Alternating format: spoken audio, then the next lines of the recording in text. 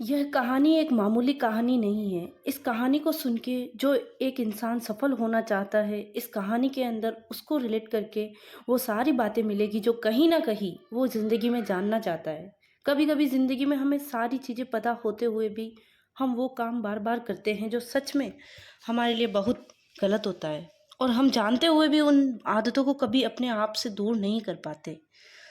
ये कहानी आज उसी बात को रिप्रेजेंट करेगी कि ज़िंदगी में जो आप गलती कर रहे हो, कहीं न कहीं आप इस कहानी के माध्यम से जानो और इसमें बदलाव करो।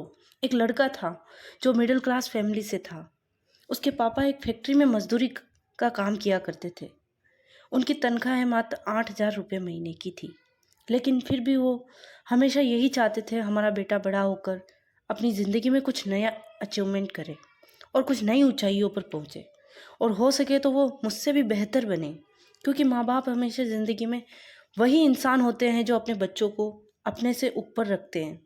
लेकिन वो लड़का उनका ऐसा था जो सारा दिन फ़ोन में फालतू चीज़ें घूमने-फिरने में समय की बर्बादी करता था।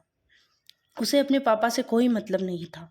घर आता, 2-4 बातें सुनता, 2 मिनट के लिए ही सही, भले ही उनकी बातों को गौर से सुनता, बाहर निकलते ही पापा की बातों को कहीं न कहीं अपने दिमाग में भुला देता था और फिर फ़ोन में अपने कामों में, मनोरंजन वाले कामों में व्यस्त रहता था। उसे पता ही नहीं था ज़िंदगी किस कदर चलती रही और ज़िंदगी किस कदर चल रही है। उसे सिर्फ़ आज दिखाई देता था और आज में ही खोया रहता था। उसे नहीं पता कि वो कुछ नहीं करेगा तो ज़िंदगी में क्या चलेगा। ऐसा करते उसका एक दोस्त सोहन जो उसके घर आया और उसे बोला कि चलो कहीं घूमने चलते हैं। वो बोला चलो, मैं तो इसीलिए इसके ही लिए तैयार बैठा था कि तुम आओ, मैं तुम्हारे साथ घूमने चलूँ। फिर सोहन उस घर में गया, फिर उस घर की हालत देखकर वो वहीं पर खड़ा रह गया। बोला कि ये तुम्हारा घर है? तो उसने कहा कि हाँ, यह मेरा घर है। उसने दिखाया उसकी माँ एक फटे हुए कपड़ों में खाना बनाने का काम कर रही थी और वहाँ पर झाड़ू पोछा कर रही थी और वो चुपचाप अपने बिस्तर पे जाकर लेट गया और बोला, माँ जल्दी से खाना ले आओ, हमें कहीं बाहर घूमने जाना है। दोनों दोस्त आपस में बैठ गए और सोहन बोला कि तुम्हें सोचना होगा, सारी चीज़ें देखनी होगी। उसने उसका टूटा हुआ घर, उसका टूटा हुआ बिस्तर, उसके वहाँ फटे हुए कपड़ों में कैसे गुजारा चलता करता है, फिर भी उस बात को उसे किसी बात का गम ही नहीं था। वो बोला पापा कहाँ काम करते हैं? तो बोला एक फैक्ट्री में काम करते हैं। मम्मी ने बोला जो जाते समय पापा को खाना देते हुए जाना, फिर उधर से ही निकल जाना। ठीक है, जल्दी से पैक कर दो, मुझे देर हो रही है, मुझे घूमने जाना है। मम्मी ने खाना पैक कर दिया। वो पापा को खाना देने गया तो सोहन बोला, आज तुम यहीं खड़े रहो, वहाँ जाऊँ मैं जाऊँगा, तुम सिर्फ उनकी बातें सुनना। सोहन उन दोनों के साथ चला गया और साथ में जाते समय वो पापा के साथ गया और वहाँ खड़ा होकर उनकी बातें सुन रहा था। फिर वो उसके पापा के पास गया। पापा ने कहा, तुम चलो मैं थोड़ी देर में आता हूँ। उसने पूछा, अंकल जी आप यह सारा काम क्यों कर रहे हैं? उन्होंने बताया कि मेरा एक बेटा है, वह पढ़ने में बहुत होशियार है। वो हमेशा कभी कभी बैठता है तो कहता है पापा मैं बड़ा होकर डॉक्टर बनूंगा, मैं आपका अच्छे से नाम रोशन करूंगा। लेकिन मुझे नहीं पता अब बाहर वो क्या करता है। मुझे यकीन है कि मेरा बेटा मुझसे भी बड़ा नाम रोशन करेगा और लेकिन शायद उसे यह दिन न देखना पड़े, इसलिए मैं मेहनत कर रहा हूँ। मजदूरी करके उसे अच्छे कपड़े दिलाता हूँ।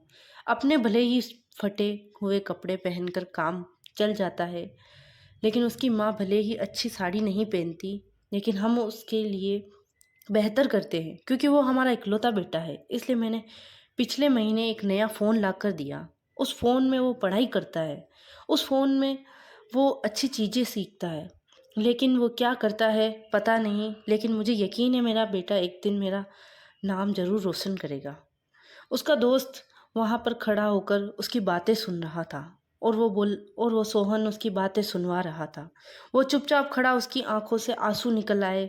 असल में वह समझ गया था कि वह क्या कर रहा है। हर माँ बाप को अपने बच्चों से बहुत उम्मीद होती है और हर बच्चों को अपने माँ बाप से उम्मीद होती है, लेकिन माँ बाप अपनी फ़र्ज़ अदा करते हैं।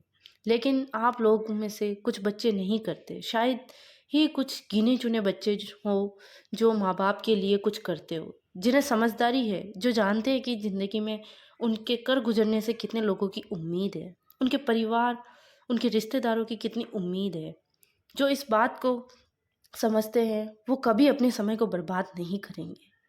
लेकिन जो जानते हुए भी बेवकूफ़ी करते हैं, असल में वो नहीं जानते कि वो कितनी कीमती चीज़ें खो देते हैं। उनके मनोरंजन के लिए उनके साथ उनके रिश्ते, उनके मम्मी-पापा, उनकी फैमिली दाँव पर लग जाती है। बाद में वो लोग पछताते हैं कि मैंने कुछ किया ही नहीं, इसलिए समय से पहले पछताने से बेहतर यही है कि समय से पहले इन बातों को जान के उसमें अपने आप को इम्प्रूवमेंट करें। क्योंकि जो इंसान आज कुछ नहीं किया, वो कुछ करेगा, इस बात की कोई गारंटी नहीं है। आज आप क्या कर रहे हो, यही बात डिसाइड करती है कि ये कल क्या करोगे।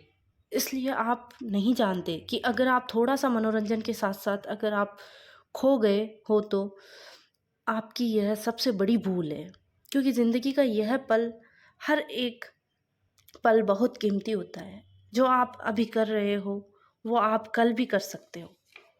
और जो आप कल करने वाले हो वो आज भी शुरुआत कर सकते हो। लेकिन मज़ेदार बात यह है कि आपको हर पल कुछ सीखने की कोशिश रहनी चाहिए। क्योंकि आपकी एक कोशिश से पता नहीं कितने लोगों की उम्मीद, पता नहीं कितने लोगों की लोग हैं जो जानते हैं कि आप ही की वजह से बेहतर बन पाएंगे, और आपके ही काम की वजह से ही शायद वह बेहतर तरीके से ज़िंदगी जी पाएंगे। इसलिए ज़िंदगी आप ही की है, या तो उसे खो दो या तो उसे बना दो। लेकिन फ़र्क इस बात से नहीं पड़ता कि कौन क्या कहता है। फ़र्क सिर्फ़ इतना ही पड़ता है कि आप उनकी कही हुई बातों को कितना ज़्यादा इम्प्रूवमेंट करते हो और कितना ज़्यादा उनकी बातों को अपनी ज़िंदगी में उतारते हो।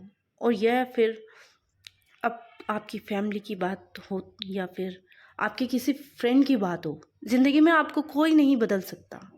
इसलिए आपका हर पल कीमती है, इसे गंवाना नहीं चाहिए। इसे बर्बाद करना बिल्कुल अच्छी बात नहीं है।